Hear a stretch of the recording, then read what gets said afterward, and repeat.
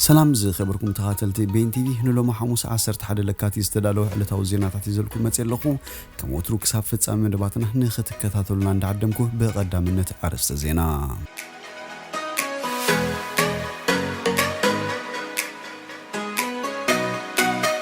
سريت وفري سيو مسفن سسمين خلت معلت زغصل حيالو جهنا حيالو سراويت منغس ኢትዮጵያ دمسيسو አውራው ማህበር ቀይሕ መስቀል ኣብ ትግራይ ዝራእኹ ኣዝዩ ኣተሓሳሲብኒ ኣሎ ኢሉ መንግስቲ ኢትዮጵያ ኣብ ክልል ትግራይ ኣብ ሰብኣዊ ሓገዛት ዝነጥፉ 25 ናይ ወጻኢ ሰራሕተኛታት ከኣቱ ፈቂዱ ኩነታት ጥዕና በዓል ጀዋር መሐመድ የንቁልቁል ምህላው ሓኪሞም ገሊጹ ተሐለቕተ መሰላት ደቂ ኣንስትዮ ስዑዲ ሉጃን ኣልሃቱሉል ካብ ቤት ማእሰርቲ ተፈቲሓ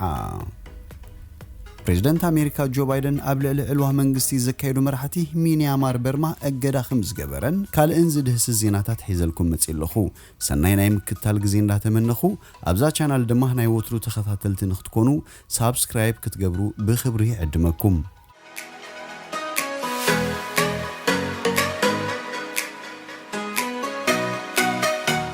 سريت وفرسيو مسفن استسميه نخلت معلت زغصل حيالو جئنا حيالو سراويت منغست ኢትዮጵያ ደምሲሱ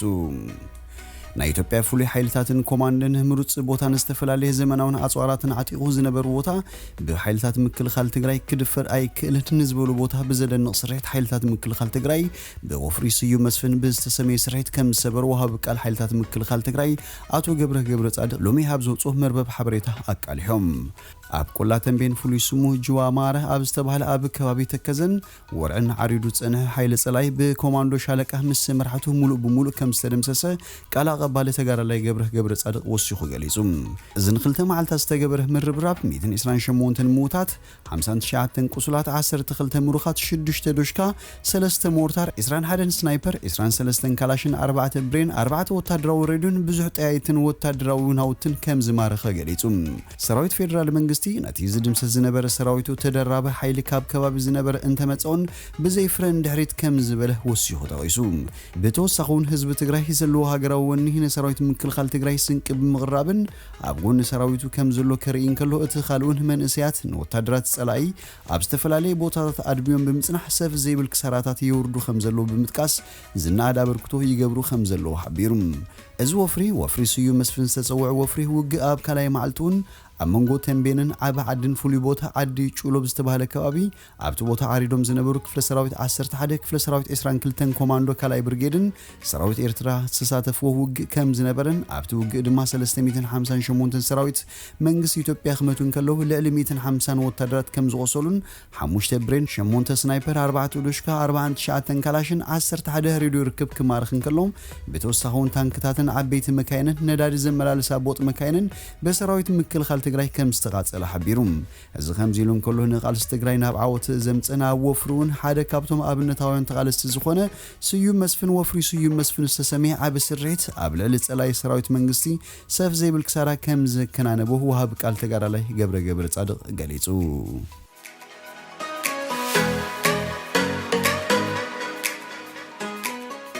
ኣህጉራዊ ማሕበር ቀይሕ መስቀል ኣብ ትግራይ ዝራእኽዎ ኣዝዩ ኣተሓሳሲብን ኣሎ ኢሉ بريزيدنت محبر قيح مسقلن قيح ورحن اب سميناوي ኢትዮጵያ ክልል ትግራይ ግዳያት ኩላትን ዝሆኑ ሰባት ተወሳኺ ሓገዛት ክበጽሕ ጸዊዑም ፍራንሲስ ካሮ ካብ ናይ ትግራይ ዕደቱ ዝራአዩ ኣዝዩ ከም ዝተሓሳሰቦ ተዛሪቦም መንግስቲ ኢትዮጵያ ነቲ ካላት ሰባው ረድኤት ንግዳያት ትጉንጽ ከይበጽሑ ክልክላታት ይገብራሉ ብዝብል ክንቀፍ ጸኒሄዩ መንግስቲ ግና ረድኤት ናብቲ ክልል ከኣቱ ዝገብሮ ምትሕባር ከዕዝዞ ምዃኑ ሓቢሩሎ ንዋና ከተማ ክልል ትግራይ ዝበጽሐት ፕሬዝደንት ብምኽንያት ትኩናት ዝበጽሐ ጉዳት እቶም ዝያዳ ሓደጋ ተቃሊዖም ዘለዉ ህፃናት ኣዴታትን አረጋውያንን ምዃኖም ገሊጹ ንሱ ወሲኹ ሆስፒታላት አገልግሎትን መሃብ ዝኽእሎም መሰረታዊ ናይ ሕክምና መሳርሒታቱን ከም ዘይብሎምን ልዑል ሕጽረት መግቢ ይኽሰት ምህላው ብምጥቃስ ኩሎም ወገናት ውሕሱን ከልካልን ዘይብሉን መገዲ ይኸፍቱ ጸዊዑ ኣህጉራዊ ማሕበር ቀይሕ መስቀልን ቀይሕ ወርሕን ቅድሚ ሂደት መዓልታት ኣብ ዝወፁ መግለጺ ኣብ ክልል ትግራይ ቀጺሉ ዘሎ ጎንፂ ንብዙሓት ንጹሃን ዜጋታት ንሓደጋ ከም ዘቃልዐን ኣብ ጎረባብቲ ሃገራት ተጽዕኖ ከም ዝፈጠረን ምግላጹ ዝዝከር እዩ እቲ ከባቢ ቅድሚት ጎንፂ ምኽሳቱን ብሕጽረት መግቢ ወራራን በጣ ለበዳ ኮሮና ቫይረስ ተጠቂዑ ምንባሩ ሓቢሩ ኣብ ዝወፁሉ ሳምንታት ብቁልጡፍ ናይ መግቢ ሓገዝ ናብቲ ክልል ክበጽሕ እንተዘይተኻኢሉ ብኣሽሓት ዝወፅሩ ሰባት ንዝለዓለ ጥሜት ክቃልዑ ከም ዝኽእሉ እቲ ማሕበር ኣዘኻኺሩ ብዘይካዚ ድሕነት ኣብቲ ኩናት ዝተኻየደሎም ከባቢታት ክልል ትግራይን ምስኡ ዝዋሰኑ ከባቢታትን ዝርከቡ ነበርትን ካብ መንበሪኦም ዝተመዘናበሉ ሰባትን ኣተሓሳሳቢ ምዃኑን ሰብኣዊ ቅልውላው ከስዕብ ከም ዝኽእል ኮሚሽን ሰብኣዊ መሰላት ኢትዮጵያ ገሊጹ እዩ።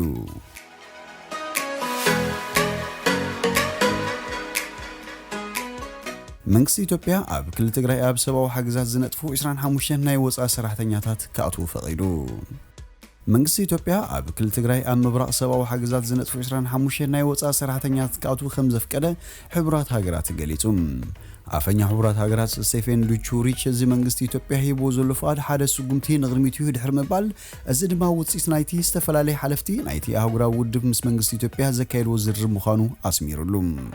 ይኹን እምበር እዚ መንግስቲ ኢትዮጵያ ሂቦ ዘሎ ብዝሒ ፍቃድ ሰራሕተኛታት ሰብኣዊ ትካላት ምስቲ ኣብ ትግራይ ተኸሲቱ ዘሎ ሰብኣዊ ቅልውላው ዝዳረግ ከም ዘይኮነ እዩ ዝገልጽ። ለልሱሳ ዝኾኑ ሰራሕተኛታት ሕቡራት ሃገራትን ካልኦት ትካላትን ግብረ ሰናይን ናብ ትግራይ ንምእታው ፍቃድ ከም ዝሓተቱ ተፈሊጡሎም። ኣብ ትግራይ ብሰንኪቲ ልዕሊ 3 ኣዋርሕ ኣውፂሩ ዘሎ ኩናት ኣስታት 4 ሚልዮን ሰባት ተጸበይቲ ህጹጽ ናይ ምግቢ ረድኤትን ካልእ ሰብኣዊ ሓገዛትን ኮይኖም ምህላዎም ጸብጻባት ይጠቕሱ። ይኹን እምበር መንግስቲ ኢትዮጵያ ናብቲ ክልል ሰብኣዊ ሓገዛት ከይኣቱ ክልክል እዩ ጸኒሑ። መንግስታት ኣሜሪካን ሃገራት ኤውሮፓን ናብ ትግራይ ሰብኣዊ ሓገዛት ከኣቱ ክፍቀድ ናብ መንግስቲ ኢትዮጵያ ተደጋጋሚ ግዜ ጻውዒት ኣቕሪበን ምንባረን ይዝከር።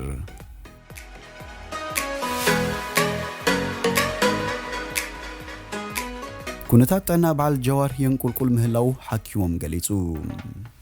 ምግቢ ናይ ምሕሳም ኣድማ ዝገበሩ ዘለዉ ጃዋር መሐመድ በቀለ ገርባ ሸምሰዲን ጣሃን ሓምዛን ኣደንን ብሰንኪቲ ንመዓልታት ቀፂሉ ዘሎ ኣድማ ናይ ጥዕና ፀገማት ከም ዘርኣዩ ሓደ ካብ ሓኪሞም ዝኾነ ዶክተር ኢሉሉ ጀማል ሓቢሩ። ቅትለት ሙዚቀኛ ሃጫሉ ሁንዴሳ ስዒቡ ድሕሪ ዝተልዓለ ዕግርግር ኣብ ቀይዲ ዝኣተውን ክሲ ተመስሪቶም ኣብ ማእሰርቲ ዝርከቡ እቶም ፍሉጣት ፖለቲከኛታት ኣብ ልዕሊ ፖለቲከኛታትን ኣባላት ስድራ ቤቶምን ዝበፅሑ ማእሰርትን ምክልባትን ብምቅማዎም ናይ ምግቢ ምሕሳም ኣድማ ካብ ዝጅምሩ 13 መዓልታት ከም ዘውፀሩ ጠበቃታቶም ይዛረቡ። ኩነታት ጥዕና ጃዋር መሐመድን ካልኦትን ኣብቲ ምግቢ ናይ ምሕሳም ኣድማ ዝርከቡ እሱራትን ዝከታተሉ ዶክተር ኢሉሉ ጀማል ክሳብ ሶሉስ ክከታተሎም ከም ዝጸንሐ ሓቢሩ። እንተኾነ ብረቡዕ ነቲ ንቡር ናይ ሕክምና ኣገልግሎት ንምሃብ ናብቲ ቤት ማእሰርቲ እኳ እንተኸደ ብዘይፈለጥኮ መንገዲ ኣብ መእተዊ ምድንጓያትን ምምላሳትን ምጽናሕናን ክንረኽቦም ብዘይምኽኣልና ተመሊስና ክብል ሓቢሩ። በዓል ጃዋር መሐመድ ነቲ ምግቢ ናይ ምሕሳም ኣድማ ዝገብሩ ዘለዉ ኣብ ልዕሊ ፖለቲከኛታት ዝበፅሕ ምክልባትን ማእሰርትን ክበፅሖምን ናይ መጋባእያ መስራሓትን ከከታተሉ ናብ ቤት ፍርዲ ኣብ ዝመፁ ሰባት ዝፍጸም ማእሰርትን ምክልባትን ደው ክብል ንምሕታት ምዃኑ ጠበቃታቶም ከረድእ ኽኢሉ። በዓል ጃዋር መሐመድ በቀለ ገርባ ሸምሰዲን ጣሃን ሓምዛ ኣዳነ ከምኡውን ኣብ ትሕቲ መዝገብ ክሲ ኣቶ ጃዋር መሐመድ ዝርከብ ሓለውቲ ጃዋር መሐመድን ጋዜጠኛ ኦሮሚያ ሚድያ ኔትወርክ ዝኾነ መለስ ድሪቢሳን ነቲ ምግቢ ናይ ምሕሳብ ኣድማ ተጸምቢሮሞ ምህላዎም ይፍለጥ። ብዘይካ በዓላቱ ጃዋር ላዕለዎት መራሕቲ ግንባር ሓርነት ኦሮሞ ኣብ ተመሳሳሊ ምግቢ ናይ ምሕሳም ኣድማ ከም ዝርከቡ ክግለጽ እንከሎ ኣቶ ሚካኤል ቦሮን ከምኡውን ኬኒሳ ኣያና ኣብ ቤት ፍርዲ ናይ ዋሓስ መሰሎም ተኸቢሩ ጉዳዮም ካብ ደገ ክከታተሉ እኳ እንተተፈቐደሎም ፖሊስ ነቶም እሱራት ክለቅቕ ብዘይምድላዩ ኣብቲ ምግቢ ናይ ምሕሳም ኣድማ ከም ዘለዉ ጠበቆም ኣቶ ቱሊ ባይሳ ሓቢሩ።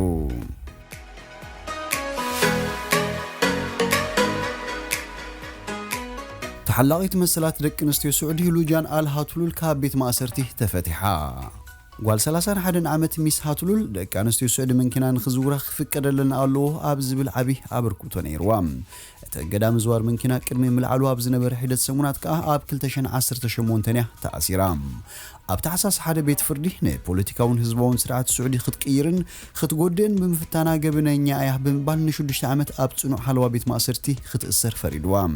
እንተኾነ ሕጂ ድሕሪ ሓያል ዓለማዊ ፀቕጢ ድሕሪ 2 ዓመትን 10 ወርሕን ማእሰርቲ ተፈቲሓ። ስድራ ቤታ ግና ሓራ ኣይኮነትን ን5 ዓመት ካብ ስዑዲ ንኸይትወፅእ ተኸልኪላ ኣላ። ካልእ ብዙሕ ቀይድታት እውን ከጋጥማ እዩ ክብሉ ገሊጾም። ሊና ትበሃል ሓፍታ ሉጃን ሓፍተይ ንገዛ መጽያ ክትብል ኣብ ትዊተር ብምጽሓፍ ሓፍታ ድሕሪ ናይ 101 መዓልትን ማእሰርቲ ከም ተፈትሐት ንዓለማ በሲራ። ኣልያ ዝስማ ካልእ ሓብታውን ኣብ ሂወተይ ሎሚ እታ ዝበለጸት መዓልትያ ክትብል ጽሒፋ። ሚስ ሃትሉል ኣብ ግንቦት 2018 ምስ ብዙሓት ደቂ ኣንስትዮ ስዑድ ዓረብ መኪና ንኽዝውራ ክፍቀደለን ኣለዎ ዝብላ ተጣበቕቲ መሰልታ ድሕሪ ምእሳራ ምልክት ፀቕጥን ዓፈናን ደቂ ኣንስትዮ ስዑድ ዓረብ ኮይና ስድራ ቤታ ኣብ ፈለማ 3 ወርሒ ኣብ ትሕቲ ጽኑዕ ቀይዲ ከም ዝነበረትን ብኤሌክትሪክ ከይተረፈ ከም እተመርመረትን ከም እተገረፈትን ጾታዊ ምድሃል ከም ዘጋጠማን ተዛሪቦም። ሰበስልጣን ስዑዲ ከም ዘይተገረፈትን ከም ዘይተሳቀየትን እንተተዛሪባ ናጻ ከውጽዋ ከም ዝኽሉ ከም እተዛረባውን ኸሲሶም። መንግስቲ ስዑድያ ግን ነቲ ናይ ሰቅያት ክሲ ነጽይዎ እዩ ስድራ ግን ኣብዚ ቀረባዋን ይግባይ ንዝብሎ በቤት ፍርዲ ከም ዝተነጸገ ሓቢሮም ሰበስልጣን ስዑዲ ሃቱሎል ምስ ናይ ወጻኢ ዲፕሎማስያኛታት መራኺቢ ብዙሃንን መጻን ርክብ ከም ዝነበራ እዮም ዝኸስዋ ናይ ፕሬዝዳንት ጆ ባይደን አማኻሪ ሃገራዊ ጸጥታ ጃክ ሱሊቫን ሚስ ሃቱሎኣ ካብ ቤት ማእሰርቲ ምፍታሕ ብሓጎስ ተቐቢልዎ ጽቡቕ ነገር ክብል ከዓ ገሊጽዎ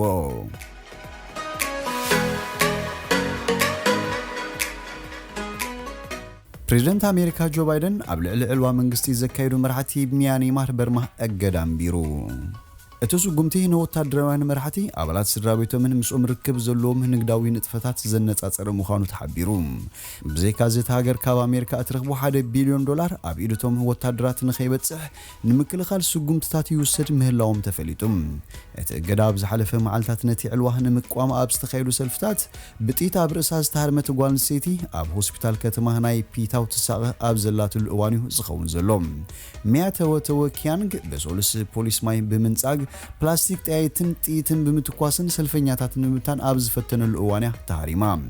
ሚያ ብጥይት ከም ዝተሃርመት ጉጅለታት ሰብኦ መስላት ይገልጹ ኣብ ዝሓለፈ ሰሙን ሰራዊት ሚያንማር ብምርጫ ንዝተዓወተ መንግስቲ አንሳን ሱቺ ብምዕላው ስልጣን ድሕሪ መሓዙ ዋላኳ ሰባት ከይተኣኻኸቡ ቀይድታትን ሰዓት እቶኦቶን እንተተኣወጀ ብ10 ኣሽሓት ዝቁጸሩ ሰባት ናብ ጎደናታት ብምውጻእ ተቃውሞኦም ኣስሚዖም ኣለዉ ብሰንክቲ ፖሊስ ዝወስዶ ዘሎ ጎነጽ ዝተሓወሱ ስጉምታት ብርክት ዝበለ መቕሰልቲ ከም ዘጋጠመ ጸብጻባት ይገልጹ ዛጊት ዝሞተ ግን የለን ባይደን እቲ ብዕልዋ ስልጣን ሒዙ ዘሎ ስልጣኑ ከረክብ ተኣሲሮም ዝርከቡ አንሱን ሱቺ እትርከቡም ሲቪላውያን መራሕቲ ክፍትሑን ጸዊዑም አላይ እንተኾይኑ ተወሳኺ ስጉምቲውን ክውሰድ ከም ዝኽእል ብምግላጽ ህዝቢ በርማ ድምጹ የስምዓሉ ዓለሙን ትዕዘበሉ ኢሉ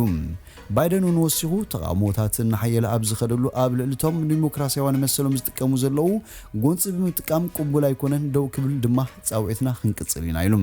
ዋላኳ ገለ ወታደራውያን መራሕቲ በርማ በሰንኪ ኣብ ልዕሊ ኣስላም ሮሃንጃ ዝተፈጸመ ግፍዒ ኣብ ጸሊ መዝገብ ሰፊሮም እንታለው ምምሕዳሩ ነቶም ኣብ ቀዳማይ ዙርያ እገዳ ኣብ ኢላማ ዝኣቱ ወታደራውያን ኣዘዝቲ ከነጽር ምዃኑን ገሊጹ ባይደን ኣብ መፋረቕ ናይ ዝሓለፈ ወርሒ ናብ ስልጣን ካብ ዝመጽእ እዚ ናይ ፈለማ ዘንብሮ ዘሎ እገዳ ኮይኑሎ